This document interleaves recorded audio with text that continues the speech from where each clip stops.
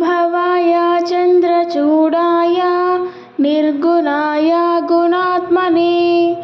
कालकालाय रुद्राय नीलग्रीवाय मङ्गलम् वृषारूढाय भीमाय व्याघ्रचर्माम्बराय च पशूनां पतये तुभ्यं गौरीकान्ताय मङ्गलम् भस्मोद्धूलितदेहाय नागयज्ञोपवीतिने रुद्राक्षमालभूषाय व्योमकेशाय मङ्गलम् सूर्यचन्द्राग्निनेत्राय नमः कैलासवासिने सच्चिदानन्दरूपाय प्रमथेशाय मङ्गलम् मृत्युञ्जयाय साम्बाय सृष्टिस्थित्यन्तकारिणे त्र्यम्बकाय शान्ताय त्रिलोकेशाय मङ्गलम्